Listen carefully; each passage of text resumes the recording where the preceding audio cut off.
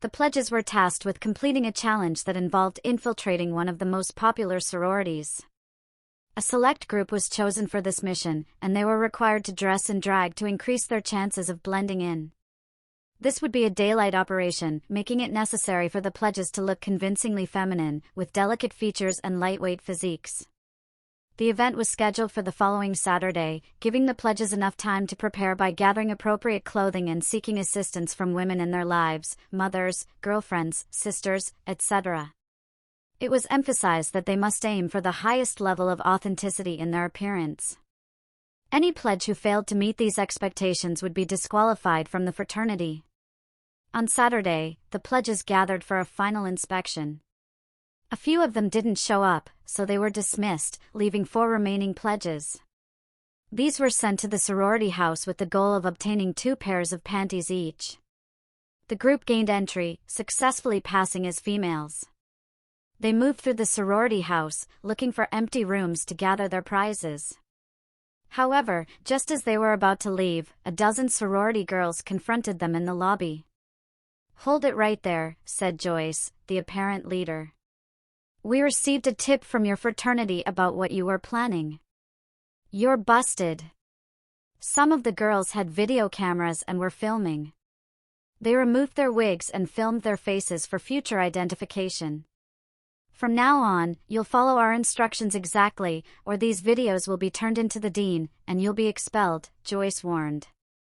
Amber, one of the girls, spoke up, saying, "You look pretty convincing. If we hadn't been tipped off, you might have gotten away with it.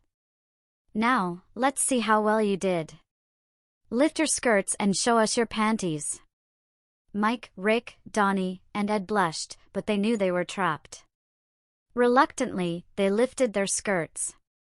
"Wow," Amber commented, "you really went all out. Even I don't have lingerie that nice. The hose and heels really complete the look. You did a great job with shaving, but your eyebrows need some work. The girls can help with that. And those wearing garter belts should probably tuck the straps under the panties, it makes things easier when you need to use the bathroom." Joyce spoke up again. "We're done with these stunts. You 4 are going to be examples for the others." They were grabbed from behind and handcuffed. "You'll be staying here for the next few days, serving us as we see fit. How long depends on your attitude. We expect full obedience and a positive attitude. Your fraternity is aware of this, and they'll count it as your initiation if you meet our requirements. One thing we need to address is the fact that you'll be around the girls, and we don't want any issues with male urges. So, we've prepared a device for you to wear." Amber brought out a set of devices and some ice cubes. As she locked the devices around their bodies, she explained that they would prevent excitements down there. The devices would shock them if the rings expanded too much. Additionally, each had a brooch around their necks.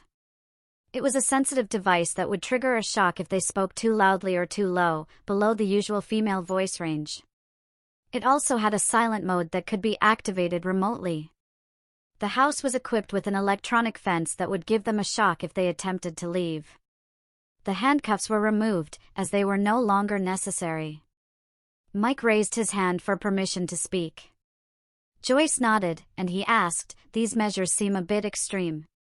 "We were just trying to take a couple of pairs of panties."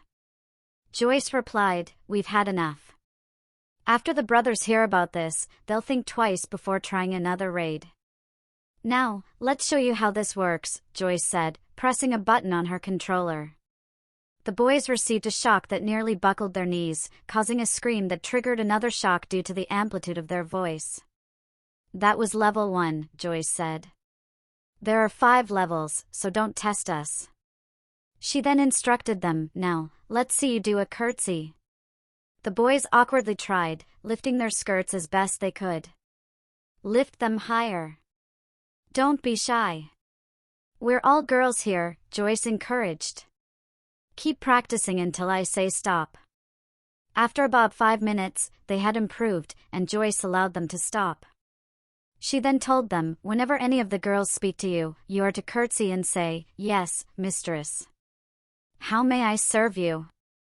Amber suggested that the boys should adopt more feminine names now, so Mike became Michelle, Rick was renamed Roberta, Donnie was Denise, and Ed was Edna. Joyce then said, "Let's continue testing the chastity devices." Two of the girls stood in front of the boys, starting to unbutton each other's blouses. The boys, visibly uncomfortable from the mild shocks they were receiving, showed distress, so the girls stopped. Joyce explained, "As you can see, you'll need to control your urges, or you'll experience more intense pain. The shock starts mild but increases if needed to control the situation." Since it was getting late, the boys were led to a large room with 2 double beds.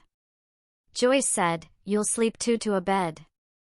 I'm sure it'll be fine since you can't get each other pregnant." They were each given a baby doll nightgown to wear and instructed to rinse out their underwear and hang them on the shower bar, with their clothes placed in the closet. After the girls left, Donnie muttered, "Our brothers really got us into a fine mess," but was shocked for not using his girly voice. Rick reminded him, "We have to make the best of it." Quit complaining, remembering to use the right tone.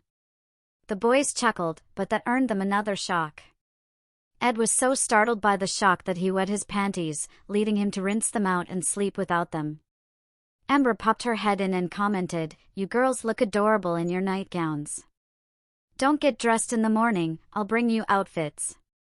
Keep your wigs on so the house mother thinks you're female guests. We'll fill her in later, and since you're wearing the chastity devices, I'm sure she'll go along with it. She's tired of all this too. Good night." The next morning, Amber entered and instructed them to remove their wigs and take baths using the scented bubble bath powder she had laid out for them. "Don't worry about your chastity devices, they're waterproof," she reassured them. "Put on the clean panties and come to the bedroom. A girl will help you with your dressing, hair, makeup, and eyebrow shaping." After the boys finished their baths, they entered the bedroom in their panties. They were surprised to find outfits laid out for them, dresses designed for 12-year-old girls, complete with white lace-trimmed anklets and Mary Jane shoes. Ed, in his best girly voice, said, "Aren't those a bit too young for us? It'll be obvious we're not sorority girls in these outfits." Amber replied, "That's the point. We want to embarrass you as much as possible. Aren't you glad you shaved your legs?" Once dressed and made up, the boys were told to strip down to their panties. "What for?" Denise asked, earning a shock for not using the right voice. Amber explained, "The brothers from your fraternity requested a short film of you going through some of the initiation. Here's a script for you to memorize. You can add to it, but remember to smile and act like you're enjoying it. I have your shockers set to level 3 and won't hesitate to use them." After a few minutes to prepare, they were told to start dressing for the filming. "Roberta, can you help me with my bra?" "I can't get the hooks done," said Denise. "Glad to, sweetie. I just love your lingerie. That pale blue looks darling on you," replied Roberta. Michelle said, "I think my skirt's too short. It'll show my panties if I'm not careful." "Nonsense," said Edna. "You have great legs, why not show them off? Could you help me with the buckles on my Mary Janes?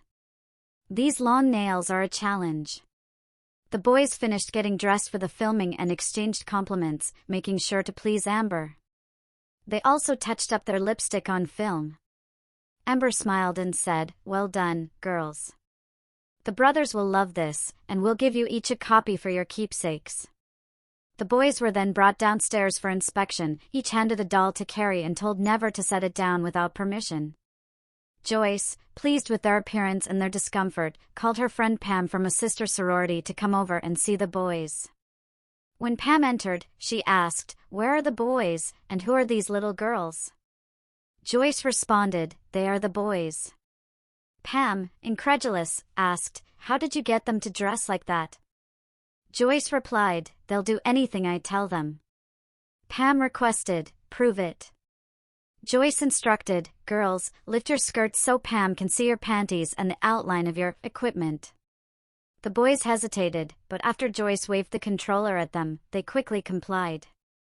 "I can't believe it," Pam said. "How are you getting them to do this?" This must be the most embarrassing thing for them. Call Denise over, she said. Pam did. He came over, curtsied and said in his girly voice, "How may I serve you?" "How about kissing my feet," which Donnie hurried to do. "Now stand up and turn around and lift up your skirt." He did, and she gave him a couple of hard swats on his pantied butt. "Okay. I am convinced," said Pam. "Now tell me how you do it," she added. Joyce explained the whole situation about the raid and the devices they were wearing.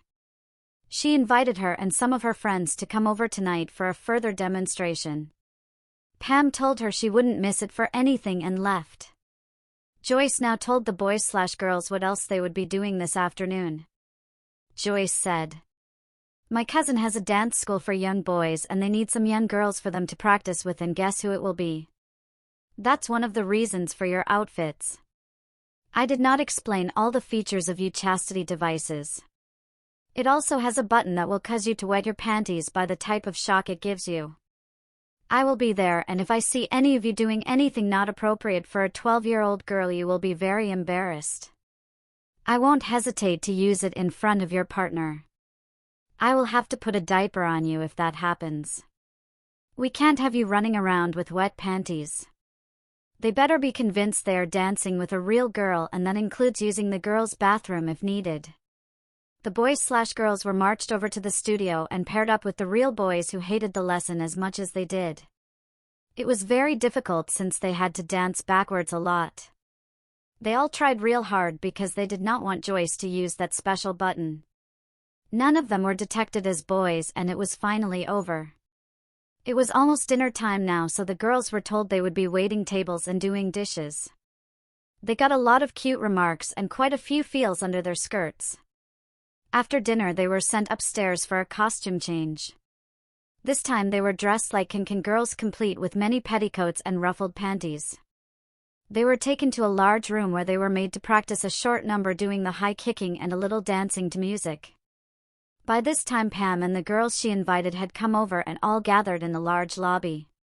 The girls did the number, and at the end they all bent over and lifted their skirts, showing their panties. This brought laughter from the girls when they saw the word sissy spelled out on the back of their panties. Pam's friends had not been informed they were boys, and no one guessed it. A large screen was turned on and showed the film of the girls getting dressed that they had taken earlier.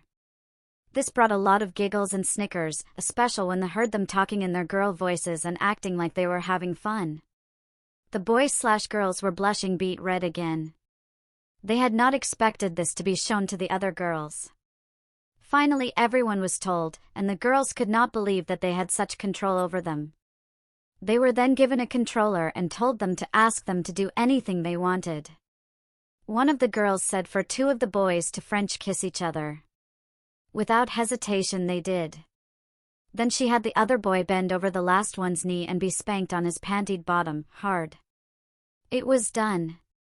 The last boy that did the spanking was ordered to do a striptease down to his lingerie while dancing to the music. He hesitated, but a number 2 jolt got him moving quickly. He had to have one of the other girls help him with the zipper and the basque. Pam and her friends decided they wanted to order some of these controllers and chastity devices for their boyfriends. Finally it was over and the boy-girls were allowed to go to bed. Mike said, "That was the most humiliating day of my life. I hope it's over now. No fraternity is worth this, but with these shockers we don't have much choice." To top it all off, here I am dressed in a blue baby doll, getting ready to get in bed with another boy in a pink baby doll. I hope the girls release us tomorrow. Donnie spoke up and said one of the most embarrassing things for me was when Emily was dressing me. While she was hooking up my garters, my shocker kept going off. She knew it and smiled, and seemed to add a few extra caresses around my stocking tops. I would have exploded if it wasn't for those ring things preventing it. When this is over, and I get to be a boy again, I think I will ask her for a date. Maybe I will get a chance for a little payback teasing. Ed said, "I know what you mean." When my girlfriend was dressing me, she brought out the panties she had picked out. I immediately got an excitement there. I begged her to just let me wear my boy underwear, but she showed me the instruction sheet from the fraternity.